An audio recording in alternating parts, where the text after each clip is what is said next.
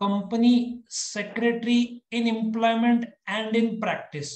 भाई आपको एक्टर बनना है क्या डायरेक्टर, ऐसा हम इसको बताएंगे। कंपनी सेक्रेटरी नौकरी करना चाहेगा या चाहेगी क्या अपना प्राइवेट प्रैक्टिस, इस पे आज हम डिटेल चर्चा करेंगे। ये वीडियो शुरू करने से पहले इस वीडियो के डिस्क्रिप्शन में एक लिंक दिया है इस सब्जेक्ट का और दूसरे सब्जेक्ट का, जिसको क्लिक करके आप chapter by chapter, question by question सारे वीडियोस देख सकते हैं। अभी बात करते हैं एम्प्लॉयमेंट का। पहली बात तो आप कंपनी सेक्रेटरी बन गए। कैसे बने? कंपनी सेक्रेटरी की जो एग्जाम है CS, वो आपने पास की।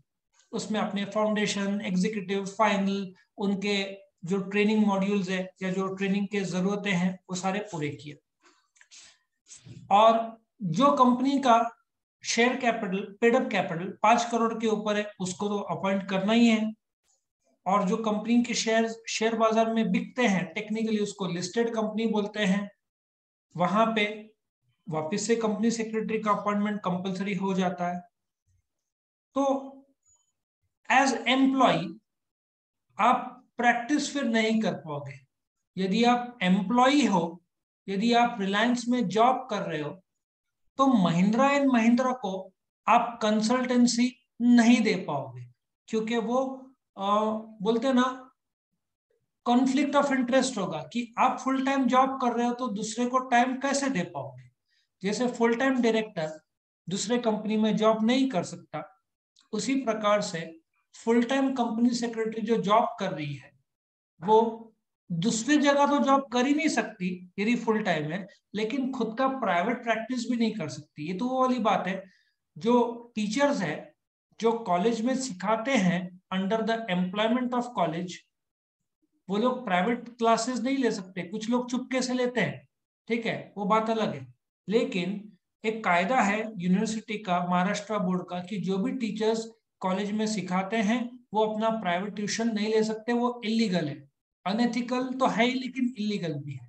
लेकिन कुछ टीचर्स करते हैं।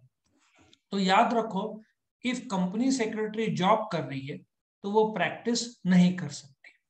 अब बात करते हैं कंपनी सेक्रेटरी इन प्रैक्टिस। जिस प्रकार से लीगल कंप्लायंस कंपनीज एक्ट के बढ़ रहे हैं, कायदे नवे नवे आ रहे हैं, तो कंपनी सेक्रेटरी का इन प्रैक्टिस, जैसे चार्टर्ड अकाउंटेंट प्रैक्टिस करता है, उसके पास क्लाइंट्स आते हैं, वो अकाउंट्स बना के देता है, इनकम टैक्स रिटर्न फाइल करके देता है, GST का जो भी प्रोसीजरल डॉक्यूमेंटेशन पार्ट करके देता है।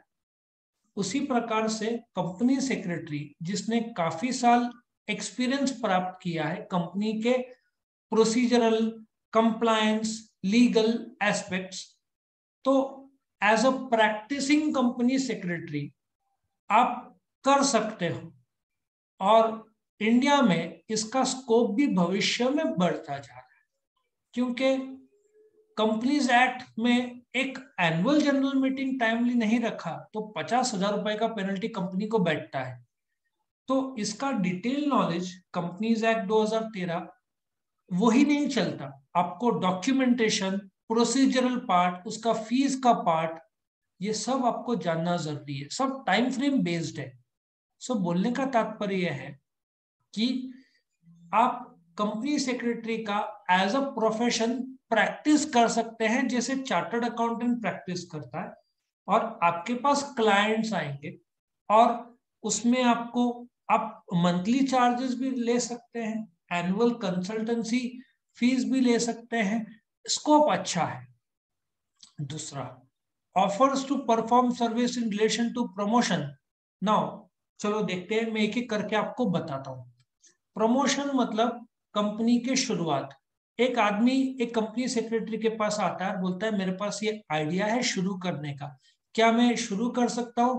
तो company secretary can guide him in the project report in the startup formation. मतलब कि जो डॉक्यूमेंट सबमिट करना है, memorandum of association, article of association, incorporation, incorporation मतलब रजिस्ट्रेशन, ये जो डॉक्यूमेंट्स है और जो दूसरे डॉक्यूमेंट्स है और जो दूसरे लीगल कंप्लायंसेस है, वो सबमिट करना होता है रजिस्ट्रार को with the prescribed fees, stamp duty, क्योंकि मेमोरेंडम का आपका शेयर कैपिटल यदि 1 करोड़ है या जितना भी है उसका एक परसेंटेज आपको स्टैम्प ड्यूटी भरना पड़ता है।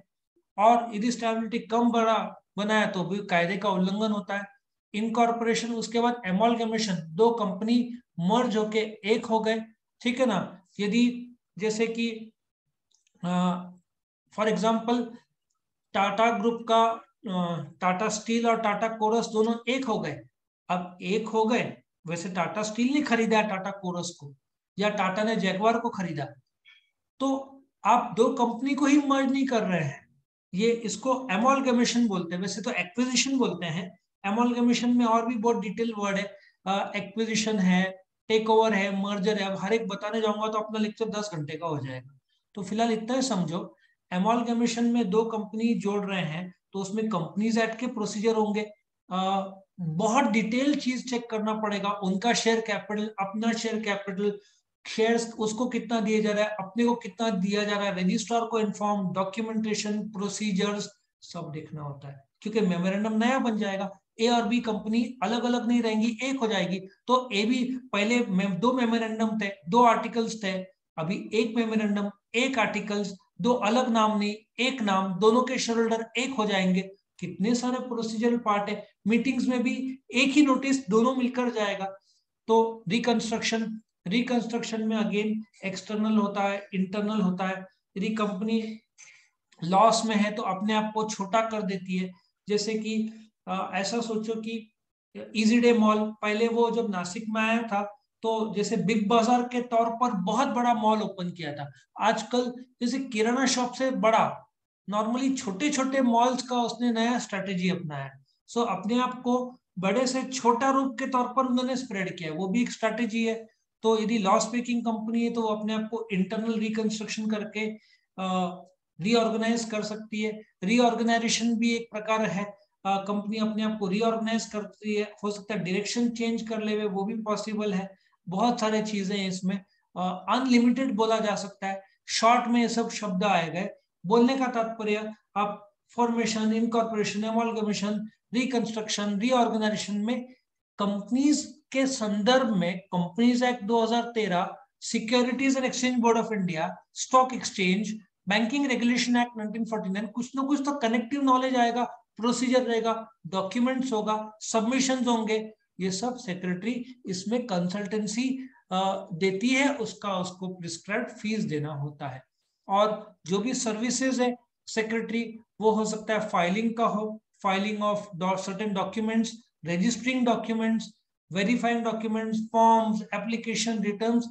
अच्छा, ऐसा भी हो सकता है आप कंपनी हो, आपको पता है कि आप नवे कंपनी हो, तो आप एक सेक्रेटरी को काम दे दिया कि भाई हमारा कंपनीज एक्ट के जो लीगल रिक्वायरमेंट है वो आप पूरे करो, मीटिंग के लिए नोटिस तैयार करो, agenda with consultation with the directors, timely returns file करो, है ना, टाइमली सबमिशंस करो, टाइमली डॉक्यूमेंट जो है वो सब आप करो, तो आपको हम महीने का 10, 15, 20 हजार देंगे।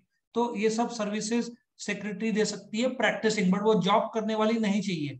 क्योंकि जब आप प्रैक्टिस वाले सेक्रेटरी को हायर करते हो तो आप सैलरी नहीं देते हो, उसको फीस या कमीशन देते हो, क्योंकि वो क्लाइंट है वो आपकी। अब सेक्रेटरी जब जॉब करती है तो आपका मास्टर सर्वेंट रिलेशनशिप है।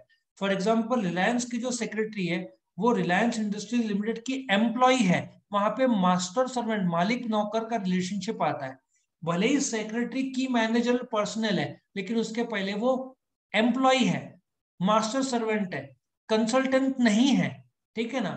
तो जो प्रैक्टिसिंग कंपनी सेक्रेटरी है, रिलायंस यदि ये कंपनी सेक्रेटरी को कंसल्टिंग रोल के लिए अप्लाई करता है तो मिस्टर ए यदि प्रैक्टिसिंग कंपनी सेक्रेटरी है, वो रिलायंस का क्लाइंट होगा, या इस ये जो ए है उसके लिए रिलायंस क्लाइंट होगा।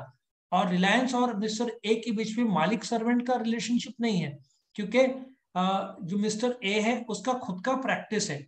आप यदि चार्टर्ड अकाउंटेंट के पास जाते हो कि रिटर्न फाइल करने इनकम टैक्स, तो आपका मास्टर सर्वेंट रिलेशनशिप नहीं है। आप महिंद्रा में जॉब करते हो तो महिंद्रा एंड महिंद्रा और आप मास्टर सर्वेंट है, मास्टर महिंद्रा है, आप सर्वेंट हो, ठीक है ना। एक लीगल एंगल, नौकर मतलब शब्द स्ट्रॉन्ग लगता है, लेकिन सैलरी या एम्प्लॉयमेंट में मास्टर सर्वेंट रिलेशनशिप का होना बहुत जरूरी है। आप चार्टर्ड अकाउंटेंट के पास जाते हो, वहां पे मालिक नौकर रिलेशनशिप नहीं है, ठीक है ना। तो वो उसके लिए आप क्लाइंट हुए, उसी प्रकार से एज कंपनी आप किसी कंपनी सेक्रेटरी को नौकरी दे सकते हो तो मास्टर सर्वेंट रिलेशनशिप बन जाएगा। आप उनके सर्विसेज ले सकते हो कि भाई आप हमको एडवाइस करो एज कंसल्टेंट, तो वो प्रैक्टिसिंग कंपनी सेक्रेटरी हो जाएगी। तो वो आपका आपके पेरोल में नहीं आएगी, उसको आप सैलरी नहीं दोगे, फीस दोगे, और जो आपके जॉब करती है उसको आप सैलरी दोगे। ठीक है।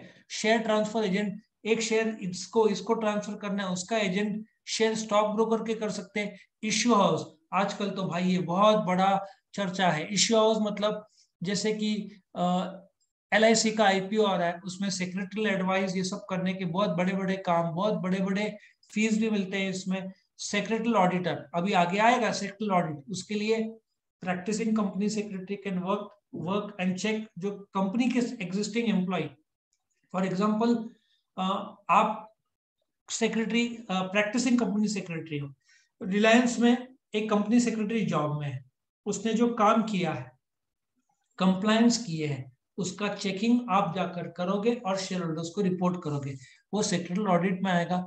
तो आप सेक्रेटरी ऑडिटर बन सकते हो, आप एम्प्लॉय नहीं होंगे, आप अलग से सेक्रेटरी ऑडिटर होंगे या कंपनी को कंसल्ट भी कर सकते हो। तो इस प्रकार से कंपनी सेक्रेटरी या तो जॉब कर सकती है एम्प्लॉयमेंट, या खुद प्रैक्टिस कर सकती है, जिसको हम प्रैक्टिसिंग कंपनी सेक्रेटरी बोलते हैं। उसको COP लगेगा, सर्टिफिकेट ऑफ प्रैक्टिस, जो कि ICSI institute of company secretaries of India देगा। लेकिन यदि वो प्रैक्टिस कर रही है तो वो जॉब नहीं कर सकती, जॉब कर रही है तो प्रैक्टिस नहीं कर सकती, कॉन्फ्लिक्ट ऑफ इंटरेस्ट बनता है ना। तो ये जो वीडियो था company secretary employment and practice पे था, वीडियो पसंद आया तो लाइक करना, फ्रेंड्स के साथ शेयर करना, चैनल को सब्सक्राइब करना ताकि हमारे रेगुलर अपडेट्स आप तक पहुंच सके। और भी वीडियोस देखने तो इस वीडियो के डिस्क्रिप्शन में chapter by chapter, question by question आपको सारे वीडियोस मिल जाएंगे। Thank you for watching.